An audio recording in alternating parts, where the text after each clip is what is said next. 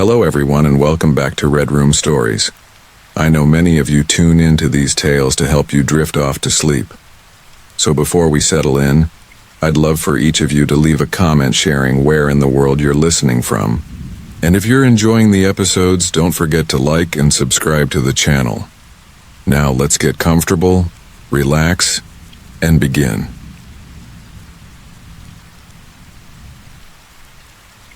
The town of Gray's Hollow had been forgotten by time, a dot on the map overrun by the whispering woods and creeping shadows of the slumbering pines. On the outskirts of this once thriving community stood the remnants of a long-abandoned asylum, its walls wearing the mottled scars of age and despair. It was there that Carter Dunn, a struggling artist yearning for inspiration, found himself drawn to the peeling paint and rusting iron bars. It sparked an inexplicable thrill, the thrill of the forbidden.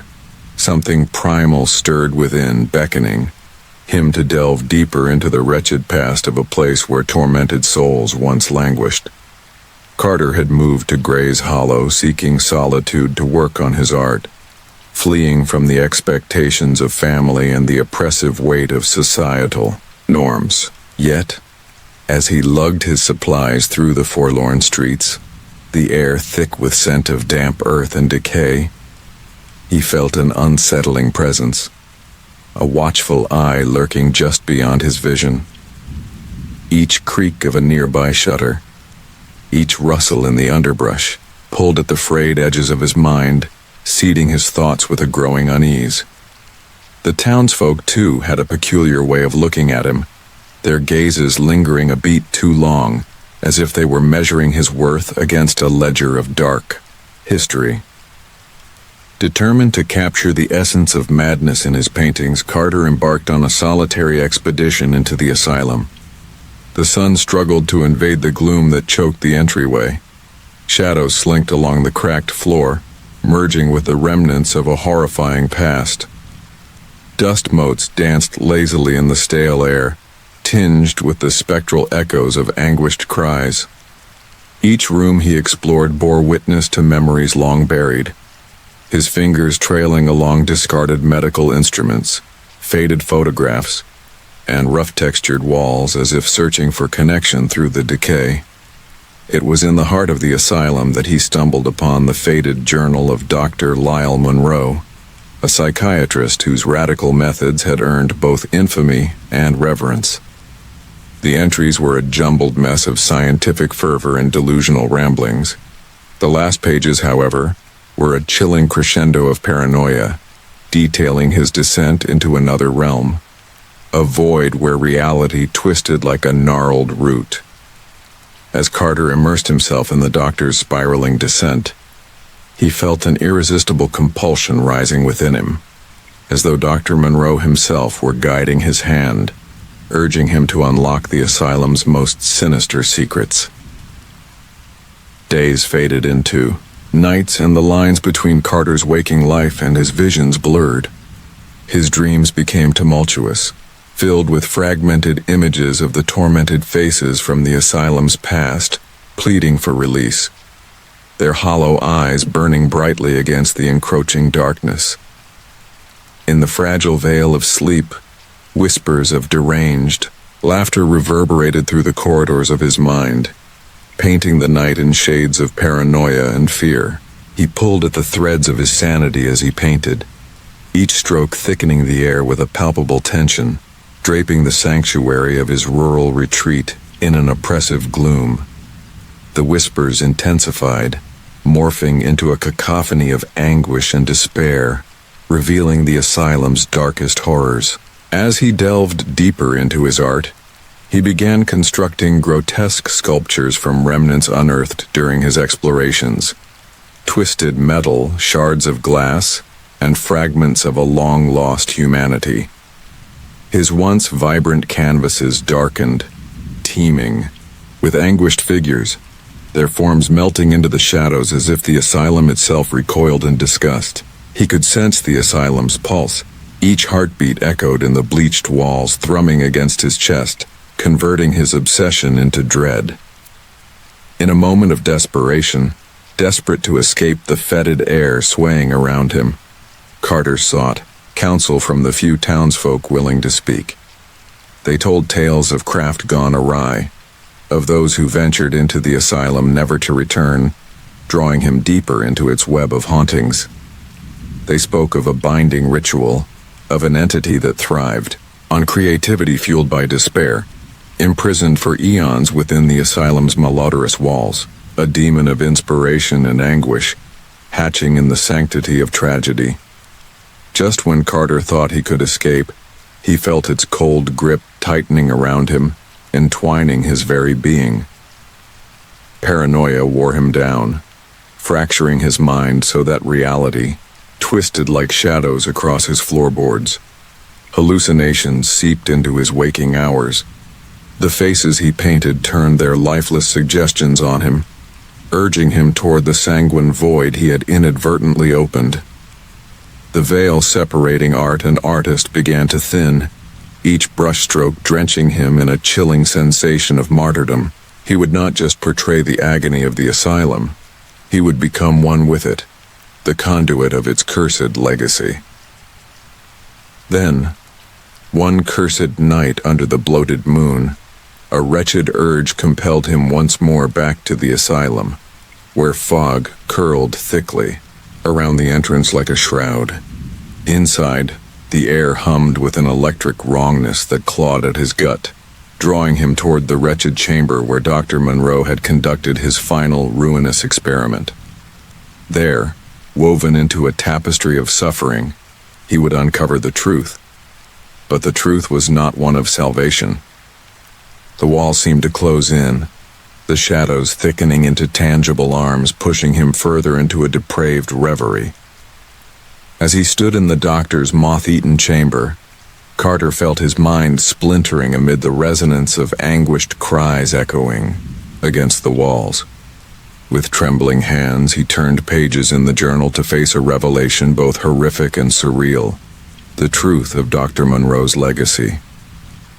Each trapped spirit was woven into a canvas of terror, and now he was tethered to that very suffering, marked by the essence of creation steeped in death. His art was not his own, and with this realization his heart began to race, mirroring the heavy footsteps that whispered through the room. Suddenly, the curtains of his sanity tore, exposing the raw nerve of dread. The faces began to emerge, not just as specters of the past, but as living canvases of torment. They reached out to him, their cold fingers grazing his skin, stitching his fate with theirs. Carter no longer wielded the brush wielded him. He had become the artist of suffering, a conduit through which the asylum siphoned souls, feeding off creative desperation with an insatiable appetite. In the town of Gray's Hollow, the winds no longer sighed. They screamed. A new work adorned the walls of the asylum, vibrant in horror yet blanketed in a sepulchral stillness. It was a mural composed of agony, flayed souls woven into the very fabric of the asylum's existence. As the last vestiges of Carter's will disintegrated into the shadows, he became one with the art, a permanent spectral resident of the asylum, trapped in a continuous cycle of despair. Days turned to months, yet Gray's Hollow wore its scars, silent witnesses to the consumed artist who had dared to breathe life into death. The woods whispered ominously, the townsfolk averted their eyes, and the asylum stood resilient, its twisted vigil kept alive by the darkness that thrived within. In an endless loop of creation and despair, the echoes of Carter's screams mingled, with the murmur of the slumbering pines becoming part of the very landscape, a reminder that some doors once opened can never be closed.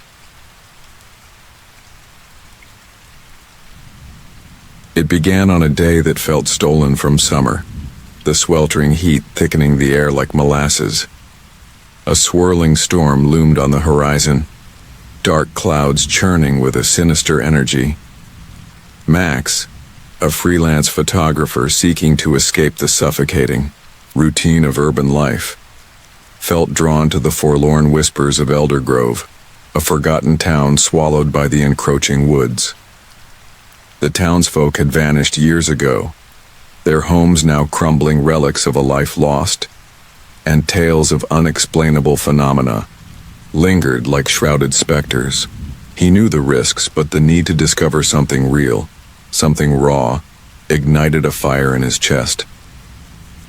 Driving through the winding road, Max's fingers gripped the steering wheel, his heart quickening with each mile he traversed. The asphalt cracked and buckled beneath him, overrun by vines that clawed their way toward the remnants of civilization. As the trees closed in, he felt a shiver race up his spine, a subconscious warning that the woods had eyes, hungry and watching. He brushed aside his unease, convinced that the photographs he would capture would tell stories lost to time.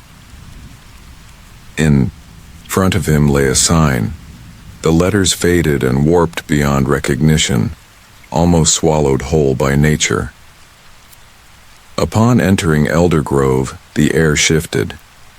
There was a strange stillness, as if even the wind dared not disturb the dust that cloaked the abandoned buildings. Max stepped out of his car, a heat wave washing over him as he began to explore.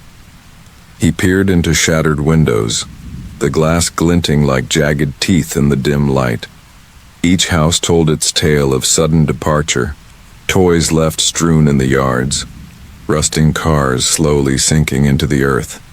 Dread seeped into his bones with each step, the very ground beneath him seeming to whisper secrets he was never meant to hear. His camera clicked, capturing the desolation.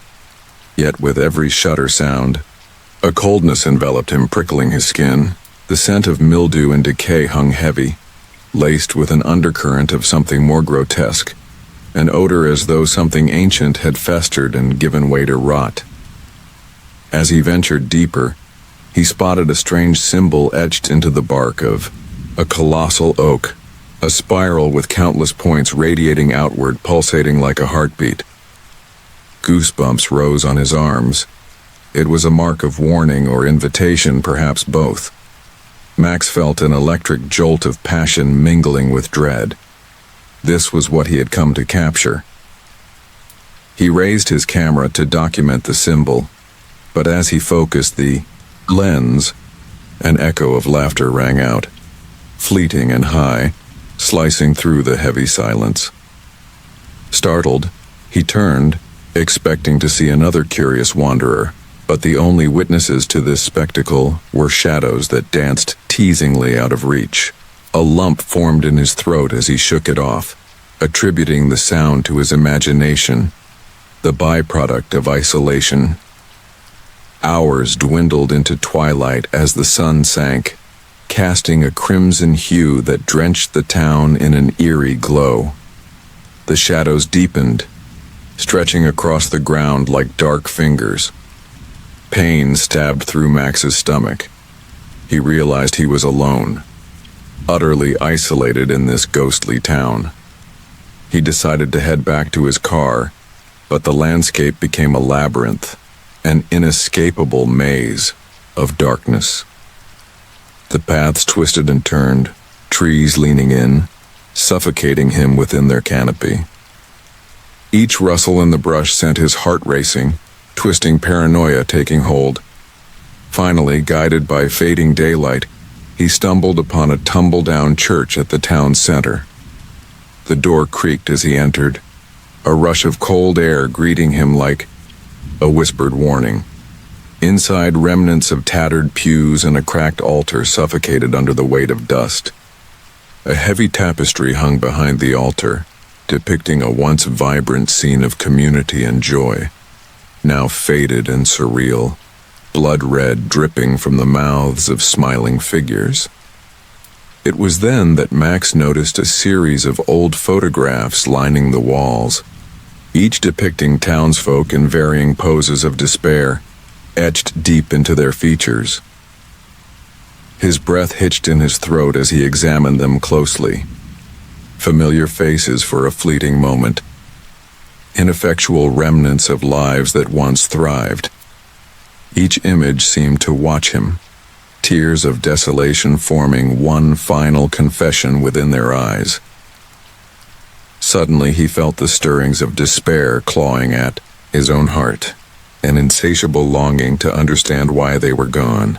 The laughter returned, this time lingering longer, echoing within the suffocating silence of the church, mocking his vulnerability.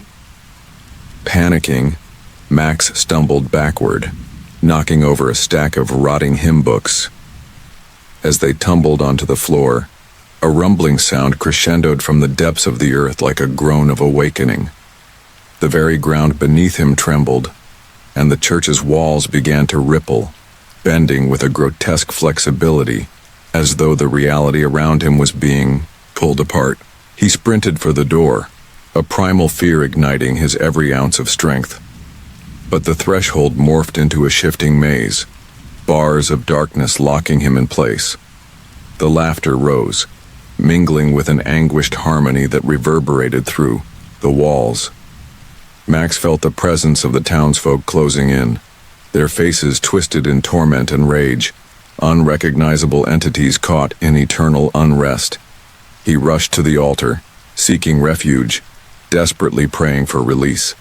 With each frantic heartbeat, visions of their last moments enveloped him, their despair crashing into his reality, clawing at his mind.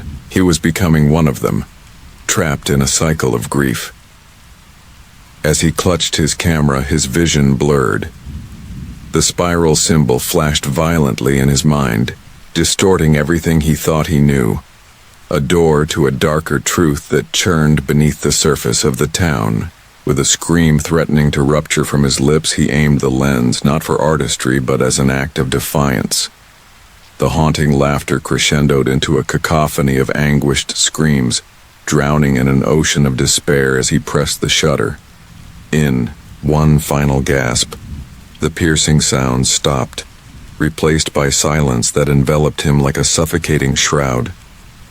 He opened his eyes to an expanse of white noise, a void where Eldergrove should be. The camera slipped from his grasp and he fell to the ground, shattered and gasping for breath. Searing pain filled his chest, a dark seed blooming within him, feeding off the horrors he had witnessed. He was no longer an observer but a vessel, for their pain, forever entwined with the town's dark legacy. Max became the latest photograph hung on that desolate church wall, a testament to the fateful allure of Eldergrove. Years later, when wandering souls dared to venture close, they would see a fleeting glimpse of his haunted eyes staring back, forever captured in the depths of despair, caught between two worlds, one of life, the other of madness. In the silence that settled in Eldergrove, the laughter continued, swirling through the trees, waiting for the next curious soul to lay bare their own heart.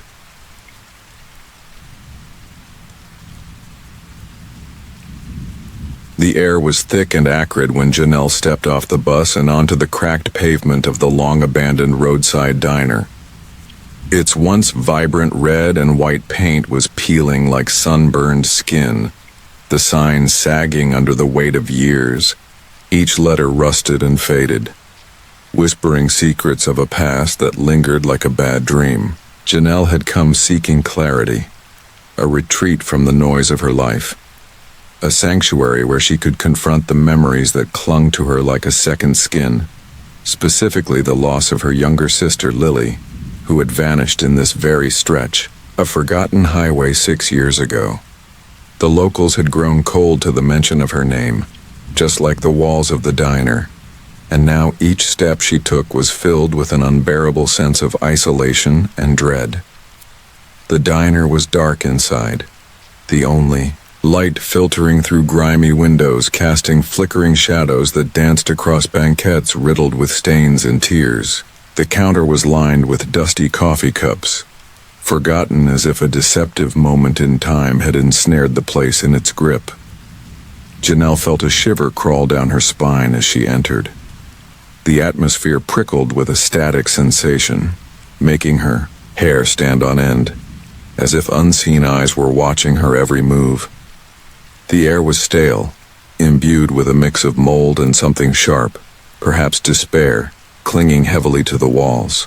As she settled at the counter, she could hear the scuttling of something small behind the walls, the echo of her troubled thoughts intensifying like a pulse in her ears. Days stretched into a muted haze. The diner served as her refuge, but also became a trap, time collapsing around her like a suffocating fog. Every night, Janelle would experience the same dream, her sister's laugh echoing through the dark, leading her deeper into the woods that bordered the diner, trees twisting like serpents, whispering secrets she intuitively understood, but dared not remember. The mornings followed with a bone-deep emptiness, the traces of her sister's presence, a bitter reminder, conjuring visions of the life that might have been. Still she would return, drawn like a moth to a flame, the diner's confining charm both a welcome haven and a haunting prison. On the fifth night, while stirring the remnants of her coffee, Janelle noticed a flicker of movement in the corner of her eye. Reluctantly, she turned her head towards the shadowy corner, a chill settling deep in her bones as she saw a figure, a girl, seemingly no older than Lily had been when she disappeared, standing eerily still. The girl wore a tattered dress, dirt-smeared and dull, her hair wild and unkempt. Their eyes locked for a fleeting moment, and Janelle was swept away by a torrent of misplaced hope before the figure simply vanished as if she had never existed. Confusion wrestled with despair, but the encounter ignited something dormant within her. The determination to find the truth about Lily had ignited anew. The following days blurred into a cycle of unrelenting search and failed attempts to communicate with the townsfolk, whose expressions spoke volumes. Fear, averted gazes, and the sense that some unspeakable rule governed what was allowed to be talked about. After another empty day spent fruitlessly trying to uncover leads, an unnerving stillness would envelop the diner at night, like a heavy blanket muffling the world outside. She felt the weight of it all pressing down upon her, an unshakable certainty that secrets lay within the very bones of the vanished diner, beneath the faded linoleum tiles, where lifetimes of unshared stories rotted and festered in silence.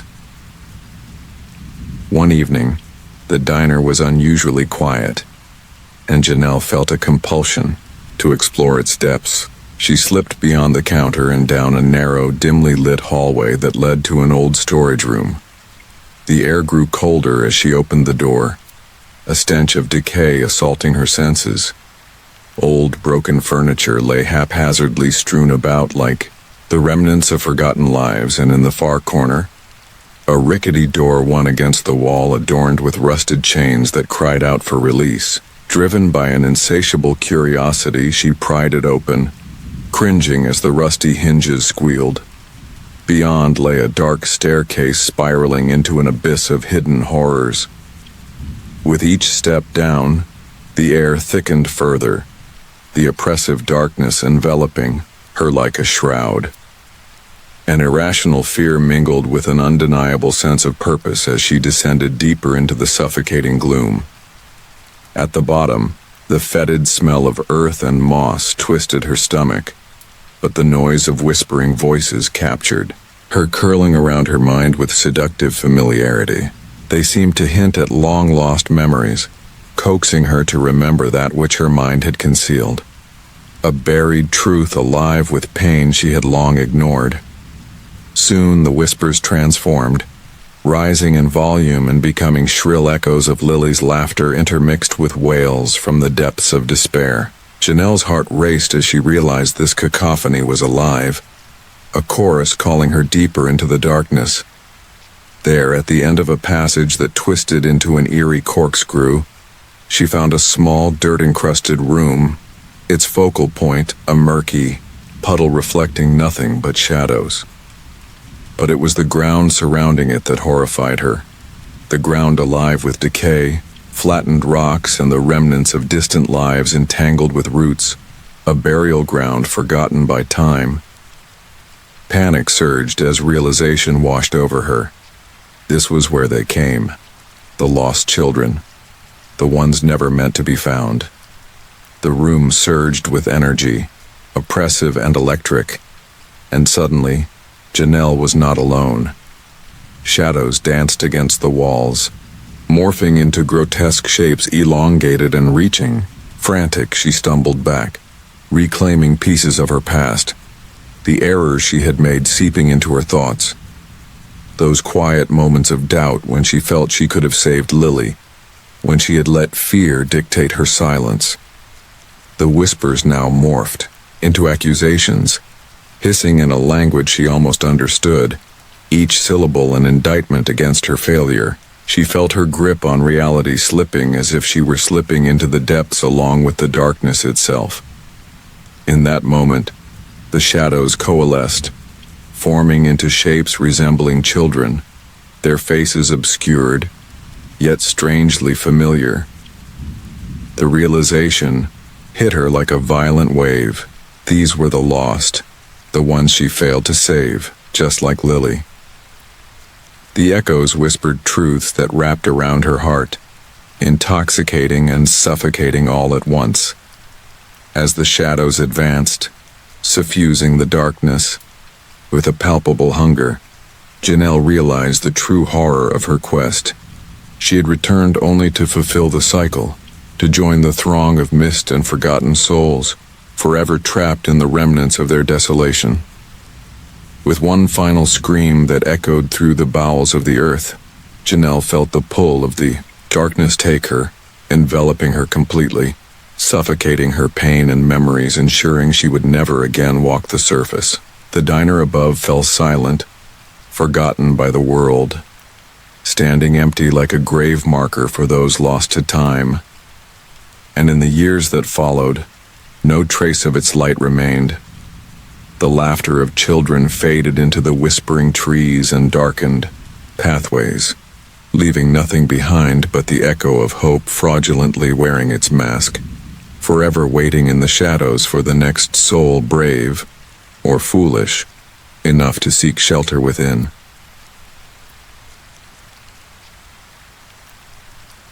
Underneath the arching branches of gnarled trees, a long abandoned farmhouse sat crumbling in the grip of the encroaching forest.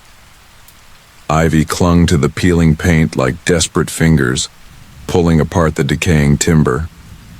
It was said to house secrets that whispered in the night, stirring the local folklore into a feverish tone of caution. For Ellie, the lure was irresistible, a chance to lift the veil on the eerie legends that clung to her small town like mist on a winter morn.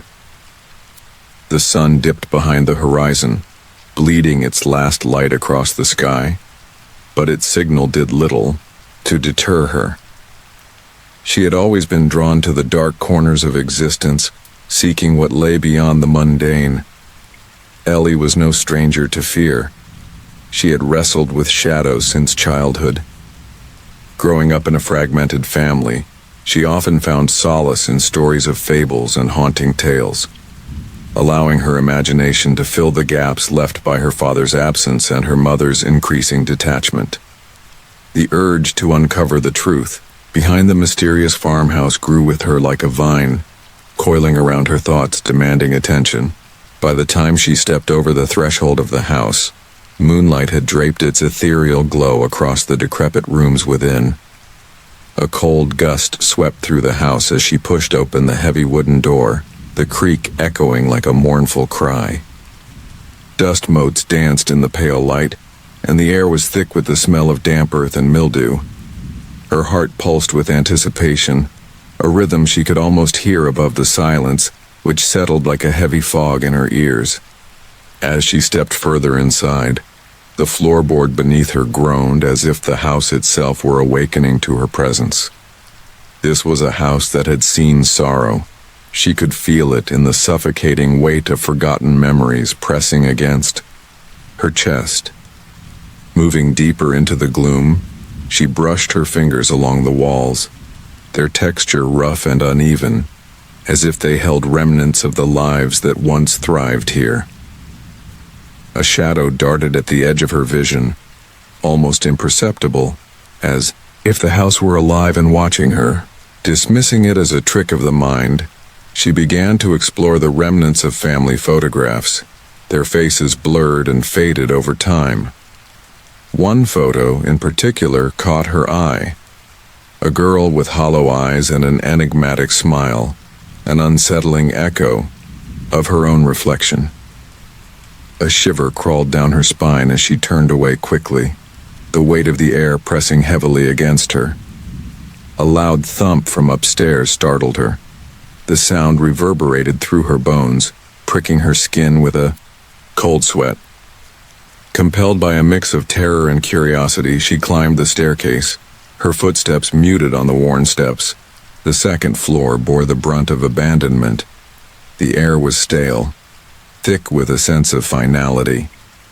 The sense of isolation swallowed her as she reached the hallway, where doors hung half open like silent mouths, beckoning her closer.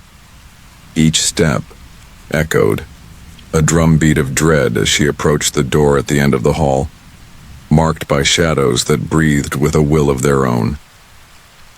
Pushing the door wide, she confronted a room untouched by time, cluttered with remnants of a life interrupted. A faded quilt lay draped across an old bed, as if someone had merely stepped away for a moment, yet the moment had stretched into eternity. An odd, metallic smell lingered in the air, mixing with the earthy tones of the space, creating a noxious blend that twisted her stomach. She bent down to inspect a box on the floor, her hands trembling as she pried it open, revealing shattered glass and twisted shards of something she could not identify. The unease crawled deeper, pooling like icy water in her gut. And then the darkness shifted. A chill flooded the room, snuffing out the thin strands of warmth she had clung to. A soft, almost imperceptible sound wrapped around her, like whispers borne on the wind. Faint, yet insistent, it beckoned to her, tugging on threads of her sanity. The sensation of being watched clawed at her consciousness. In that moment, Ellie's resolve faltered, the thrill of discovery replaced by an insidious paranoia that seeped into her mind like ink in water. Suddenly, she felt the unmistakable brush of something cold against her arm and recoiled, her breath hitching in her throat. The room did not belong to her. It belonged to the secrets trapped within its walls. The realization coursed through her veins like poison. She was not alone. And in that unholy silence, the air thickened with dread, wrapping around her with a near suffocating force. Shadows bubbled and swayed, elongating into forms that mocked her fear. The weight of the house grew heavier, squeezing tighter, as if it were a creature that fed on her terror. A scuttling noise resonated from the far corner of the room, followed by an eerie whisper that scraped along her consciousness. She turned, her heart thunderous, each beat echoing the surge of adrenaline coursing through her. There, slumped against the wall, was the girl from the photograph, her hollow eyes filled with an abyss of despair. In that instant, Ellie understood the girl's silent cry. She was trapped within this forgotten space, a prisoner to the twisted remnants of her own life. Ellie felt an unrelenting urge to flee, yet her feet remained stubbornly rooted to the floor. The girl's figure shimmered, flickering in and out of clarity, revealing fragments of her fate that stretched back in time. A life filled with neglect, sorrow, and a slow descent into madness. The whispers escalated, flooding the room with a cacophony of tortured souls, each lament resonating within Ellie's heart. They were the stories of all who had come to the farmhouse seeking but never finding. As the shadows squeezed tighter around her, Ellie clawed at her memories, recalling every missed chance, every forgotten story, and buried pain she had ever known.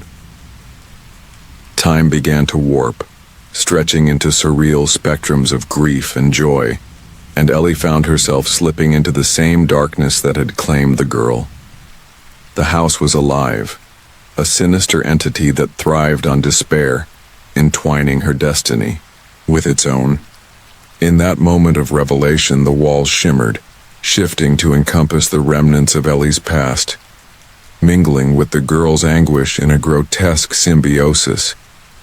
With a final desperate gasp for air, she attempted to break free, only to find her vision obscured, the shadows engulfing her completely. A pull so profound gripped her heart, swirling her thoughts into a chaotic abyss. The significance of her own story twisted within her, transforming the very fabric of her being into another echo within the house.